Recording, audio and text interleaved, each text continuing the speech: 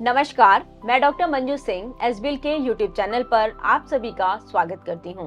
आज हम एक ऐसे फीवर के बारे में जानेंगे जो कि रेनी सीजन में काफी कॉमन है, जिसका नाम है डेंगू फीवर। डेंगू फीवर जो है एक मॉस्किटो बॉर्न वायरल इन्फेक्शन है, जिसकी वजह से सिवियर इलनेस हो सकती है और हालांकि डेथ भी हो सकती है। चलिए अब जानते हैं कि डेंगू फीवर के जो सिम्टम्स होते हैं वो क्या होते हैं। तो इससे पहले हमें ये जानना जरूरी है कि डेंगू फीवर होता क्यों है। डेंगू फीवर का जो मेन रीजन है वो होता है मॉस्किटो बाइट। यदि जो मॉस्किटो है जिसका नाम है एडिस एजिप्टाई, अगर वो किसी इंसान को काट लेता है तो उसकी वजह से डेंगू फीवर होने लगता है। जो डेंगू के सिम्टम्स आते हैं वो मॉस्किटो बाइट के 4 से 10 दिन के बाद डेवलप होते हैं और नॉर्मली जो सिम्टम्स हैं वो पेशेंट में 2 से 7 दिन तक के लिए रहते हैं। अब हम जानते हैं जो इसके मेन सिम्टम्स हैं वो क्या होते हैं। जो सबसे पहला सिम्टम है वो है सिवियर हेडेक। पेशेंट को काफी हेडेक होता है, स्पेशली जो हमारी आंखें हैं उनके पीछे उसको दर्द होगा।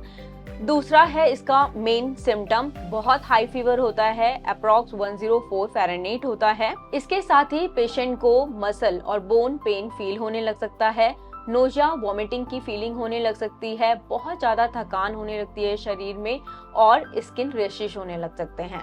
इसके साथ ही जब कंडीशन और सिवियर होने लगती है तो पेशेंट को नोज ब्लीडिंग हो सकती है, गम्स में ब्लीडिंग हो सकती है।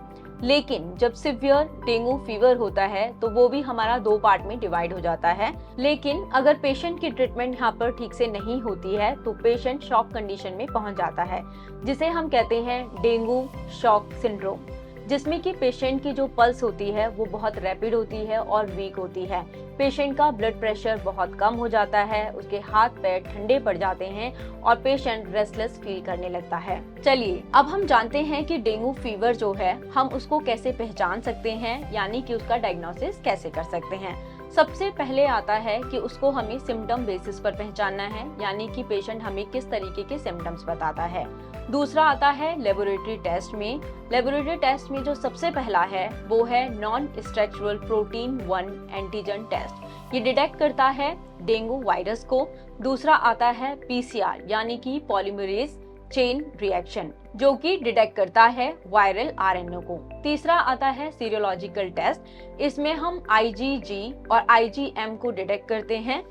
जो आईजीजी और आईजीएम होती हैं वो एंटीबॉडीज होती हैं, इनको हम जो डेंगू वायरस है उनके अगेंस्ट डिटेक्ट करते हैं। यदि आईजीएम एंटीबॉडीज किसी के ब्लड में डिटेक्ट होती हैं तो इसका मतलब है जो उसकी बॉडी में इन्फेक्शन है वो 1 हफ्ते पुराना है। लेकिन यदि आईजीजी एंटीबॉडीज ब्लड में डिटेक्ट होती हैं तो इसका मतलब है कि उसकी बॉडी में पास्ट इन्फेक्शन था डेंगू वायरस का। चलिए अब हम जानते हैं कि अगर किसी को डेंगू फीवर है तो उसका ट्रीटमेंट क्या होना चाहिए। सबसे पहले क्योंकि बॉडी में डिहाइड्रेशन होने लगता है तो पेशेंट को ओआरएस देना चाहिए। It can be through the intravenous हो सकता है। अगर पेशेंट की बहुत ज्यादा सिवियर कंडीशन है तो उसको हॉस्पिटलाइज तुरंत करना चाहिए। इसके साथ ही आप अपनी नजदीकी डॉक्टर से अवश्य मिलें। चलिए अब हम जानते हैं कि डेंगू फीवर से हम अपने आप को कैसे प्रिवेंट कर सकते हैं। तो सबसे पहले तो जो ओपन एरियाज हैं जैसे कि गड्ढे हो गए या आसपास की जो नालियां होती हैं उनमें पानी भरा हुआ नहीं होना चाहिए, क्योंकि जो मॉस्किटो है वो वहीं पे डेवलप होता है।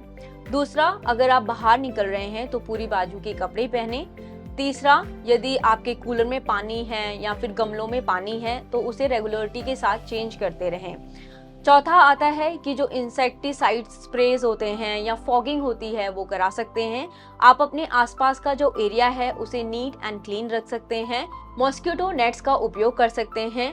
अपने खिड़की और दरवाजों को बंद करके रखें, नहीं तो आप उनमें जाली लगवा सकते हैं, क्योंकि इसकी वजह से जो मॉस्किटोज हैं आपके घरों में नहीं आएंगे। मॉर्निंग में और लेट इवनिंग में बाहर निकलना अवॉइड करें, क्योंकि इस टाइम पर जो मॉस्किटो होता है वो काफी एक्टिव होता है। लेकिन अगर आपको बाहर निकलना ही है तो आप मॉस्किटो रिपेलेंट्स को अप्लाई कर निकल सकते हैं। उम्मीद करती हूँ कि जो आज इन्फॉर्मेशन इस वीडियो के थ्रू हमने आपको दी है वो इस सीजन में आपके लिए काफी इंफॉर्मेटिव रही होगी। लेकिन अगर आपके मन में डेंगू फीवर से रिलेटेड और भी कोई कंफ्यूजन है तो आप हमें कमेंट सेक्शन में लिख सकते हैं। ऐसी और इन्फॉर्मेटिव वीडियोस के लिए आप एसबीएल का यूट्यूब चैनल सब्सक्राइब कर सकते हैं। धन्यवाद।